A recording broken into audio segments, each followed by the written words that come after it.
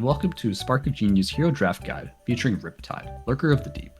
Riptide is a 4 intelligence, 19 health hero that focuses on wider chains, mixing go-again attacks with on-hit arrows to trade as efficiently as possible. Riptide's hero ability has 2 parts to it. Firstly, when traps you control trigger, they deal 1 damage to the attacking hero. The traps that trigger the most in draft are generally the common traps: Blood Rot Trap, Frailty, and Inertia. The other line, and the more important piece in the draft, is whenever he plays a card from hand, he can put a card from hand face down in Arsenal. This is Riptide's way of cheating a resource from not having to pay for Barbed Castaway to load an arrow, and also allows him to go more wide. This means his general play pattern on a 4 card hand could be blocking with a trap on his opponent's turn, loading in something with Go Again, Red Falcon Wing being extra good, leaving 2 remaining cards in hand, paying to Barbed Castaway to put an aim counter with the Falcon Wing, firing the Falcon Wing, use the remaining pitch to load with Castaway and fire an arrow, preferably one with an on-hit, which turns a blue pitch resource into 8 clean damage with 2 cards threatening more. However, Riptide can go even wider without using a trap, with a 4-card hand, playing a Go Again card such as Ravenous Rabble, Riptide ability to put an arrow in the arsenal, paying 1 for Barbed Castaway to add an aim counter, playing a 0 for 3 buff like Lace, with Blood Rot, Lace with Inertia, or Lace with Frailty, or Scout the Periphery, or just paying 1 for a card like Come to Fight, and firing a large 1 for 5 buffed arrow for 9, including the aim counter. This gives you a 13 damage plus relevant on-hit 4-card hand, very powerful in a limited format where most heroes have 20 health, while some has 17 or 19 health. Let's talk a bit about the ratios for the deck. As Riptide has no weapon to attack with, his pitch is centered around paying 1 for impactful arrows, as well as an additional 1 for either loading or adding an aim counter for arrows, whereas most of his other Go Again actions should be free. Aim for around 14 to 18 yellows and blues, which should mostly be 3 blocks, such as yellow and blue arrows. Your red cards should consist of powerful 1 for 5 arrows with an on-hit such as Infecting Shot and Withering Shot, combined with a few buffs such as Lace with Blood Rot and Come to Fight to be able to trade efficiently and take cards out of your opponent's hand.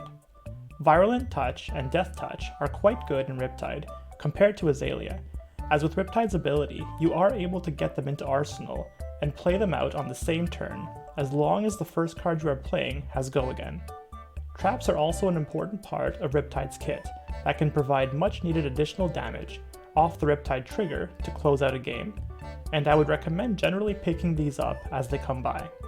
The remaining reds should be stronger red attacks with Go Again, such as Seek Horizon, Ravenous Rabble, and Looking for a Scrap being premium. Key cards that you will want to try to pick up early include premium buff cards such as Red Come to Fight, Lace with Blood Rot, Inertia, and Frailty, since these are hard to replace, and pick up premium Go Again cards such as Red Seek Horizon, Red Ravenous Rabble, and specifically Red Falcon Wing.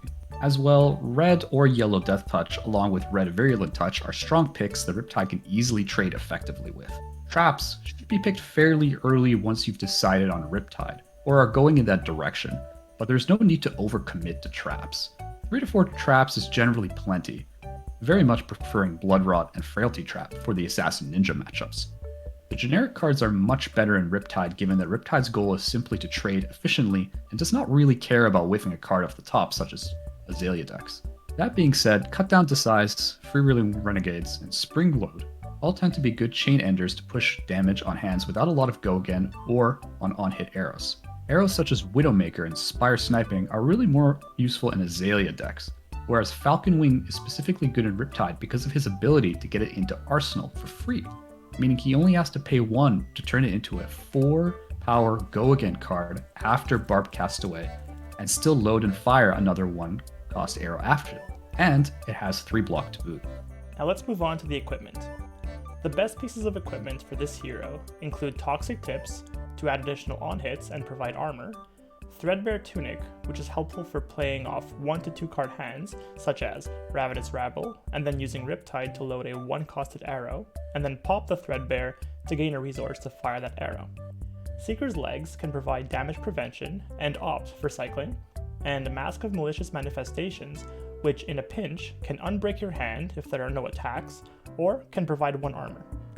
The Seeker's equipment are generally better when combined with either Peace of Mind or when running more than one piece of Seeker's equipment, so they can be used quite well on turn 1 or into a Benji. Tips and tricks. Because you cannot usually get that much free damage turn 0, as you have no mechanic for making dominate or unblockable attacks, I would recommend going second and trying to be the aggressor to start chipping damage or making your opponent eat on hits to go through with their turn. Most of your arrows are at minimum trading 1 for 2, and combined with go again and on hits, you should be able to chip through a fair amount of damage over the course of the game. As Riptide does not have a surefire way of closing out a game, such as Azalea does with Dominate, having the most playable cards in the deck will help not getting fatigued and trading efficiently. To this point, I would recommend having at least 36 to 37, if possible, playable cards. The yellow and red on-hit arrows are needed to force through damage combined with a bunch of Falcon Wings to go wide. Aim for at least slightly over half of your deck to be strong arrows. Push your win condition. If you like this kind of content, feel free to like, comment, and subscribe. And with that, from wherever you're watching in the world, have a good morning, good afternoon, or good evening. Bye for now.